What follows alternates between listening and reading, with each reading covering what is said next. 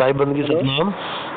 हाय बनी सतनाम गुरु जी थोड़ा सा मेरे को वो थोड़ी सी प्रॉब्लम हो गया सर, थोड़ा सा। गुरु जी मैं ये सत्संग सुन रहा हूँ कई दिन से। कौन सा? ये 32 नंबर सत्संग गुरु जी। 32 नंबर? अच्छा। हाँ जी, जिसमें गीता का ज्ञान सर बताया गया ना उसमें। हाँ हाँ हाँ, गीता का है पुकार के वाला, आत्मज्ञान निज नाम। हाँ जी हाँ जी। हाँ वो हाँ।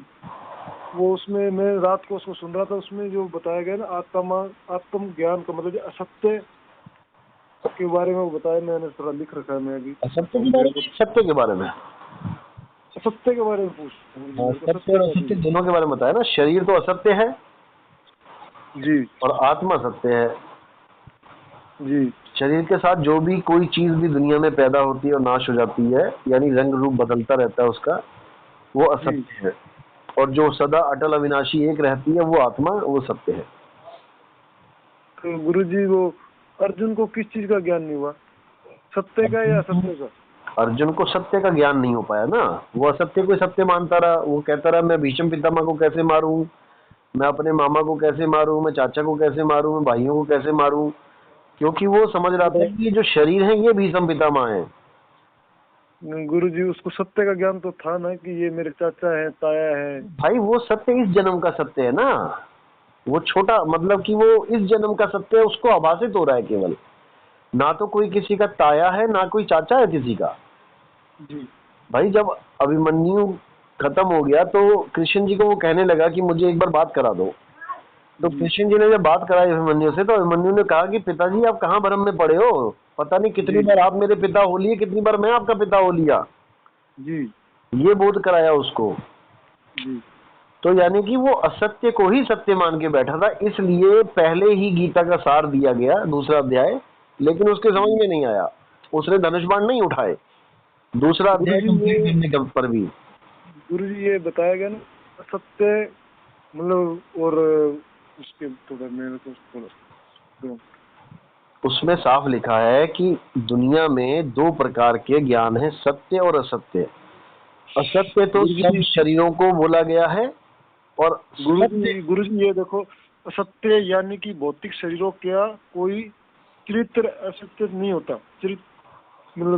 चरित्र मतलब चेहरा या अस्तित्व नहीं होता। ये अरे भाई बताओ क्यों मेरी। नहीं होता मुझे बताओ। एक ही चेहरा कितनी बार बदल जाता है। अपनी फोटो उठा लो बचपन से लेके आज तक की, क्या जी बदली नहीं? क्या हाँ जो सब चीज बदल बदल गए। जाती है वो असत्य है, झूठ है जी वो। जो चीज अटल अविनाशी है कभी नहीं बदलती वो सत्य है। समझ रहे हो? गुरु जी मेरे को ये थोड़ी सी बेचैनी हो रही है कि ये मेरे को जैसे सत्संग सुनिए वो सत्य शब्द मेरे अंदर ही बैठा हुआ है, मेरे को सब कुछ सत्य सा दिख रहा है। तो सत्य तो सबके अंदर बैठा है। घट घट मेरा साइया सुनी सेजना कोय। लेकिन जी सत्य बैठा भी क्या करेगा? बलिहारी घट आपकी, बलिहारी उस घट की जिस घट पर घट होए। सत्य तो जुगों जुगों से बैठा है, फिर क्यों हम 84 में पड़े हुए हैं? सत्य तो सबके पास है। जब तक सत्य का बोध ना हो जाए, यानी तुम्हारे घर में करंट है, तार लगी हुई है, लेकिन तुम्हें पता ही नहीं है कि कनेक्शन कैसे जी जोड़ना है। तो पंखा भी लगा है, बल्ब भी है, सब कुछ है, लेकिन चल नहीं सकते। भले तार लगी है, तुम्हारे कनेक्शन है मीटर में, लेकिन तुम्हें जी स्विच ही लगाना नहीं आ रहा उसका, यानी कनेक्ट जी होना नहीं आ रहा सत्य से। तो कोई जी लाभ नहीं होगा उस सत्य का। जी गुरु जी। परमात्मा हमारे पास है, सदा सदा से है, हमेशा अंग संग है, लेकिन फिर भी हम 84 में भटके पड़े हैं। आज तक क्यों मुक्त नहीं हो पाए? कोई आज पहला जन्म थोड़ी नहीं है हमारा। जी जी गुरु जी। अनंतों जन्म निकल गए, लेकिन फिर भी हम सत्य को नहीं प्राप्त कर पा रहे हैं, क्योंकि हमें जी उसका गुरु जी। भेद नहीं पता है। जी गुरु जी। हमें सत्य का असली चेहरा नहीं पता। हम असत्य को ही सत्य मान के बैठे हैं। जितने वेदांती हैं ये सब ब्रह्म को सत्य मान के बैठे, जबकि ब्रह्म ही करता है इस दुनिया का। जी इनको गुरु जी। इतना भी नहीं समझ में आ रहा कि जो खुद जेल बना रहा है तुम उसको कैसे परमात्मा घोषित कर रहे हो। जी गुरु जी। ब्रह्म से ही सारी सृष्टि बनती है, ब्रह्म से ही जीव होते हैं, और जीव से ही ब्रह्म हो जाते हैं। ब्रह्म से जीव, जीव से ब्रह्म, ब्रह्म से जीव। सबको पता है ये बात, ऐसा नहीं है।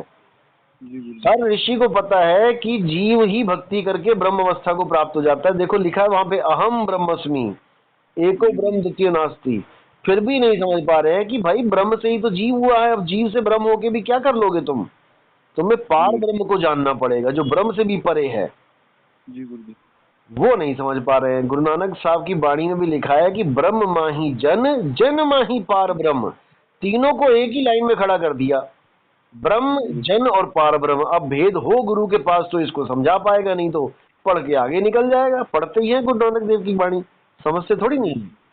जी तो इसी को समझना है। कबीर साहब ने बिल्कुल स्पष्ट किया है, जीव शिव पीव, इन तीनों को अच्छी तरह समझ जाना है और हमने असली मंजिल तक पहुंच जाना है। हमने जीव से पीव होना है।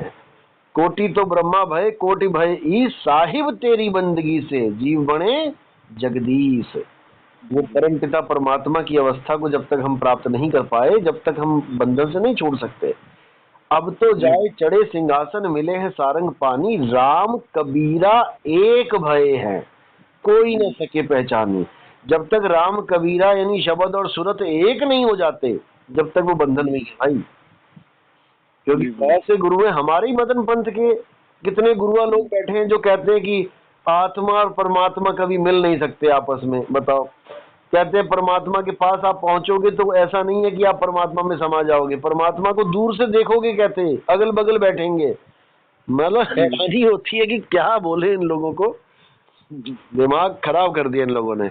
लेकिन बात इतनी सी है कि सूरत समाए शब्द में, वाको काल न खाए। हमने समाना है। जैसे समुद्र में गंगा समा जाए तो उस पर कोई बांध नहीं लगा सकता।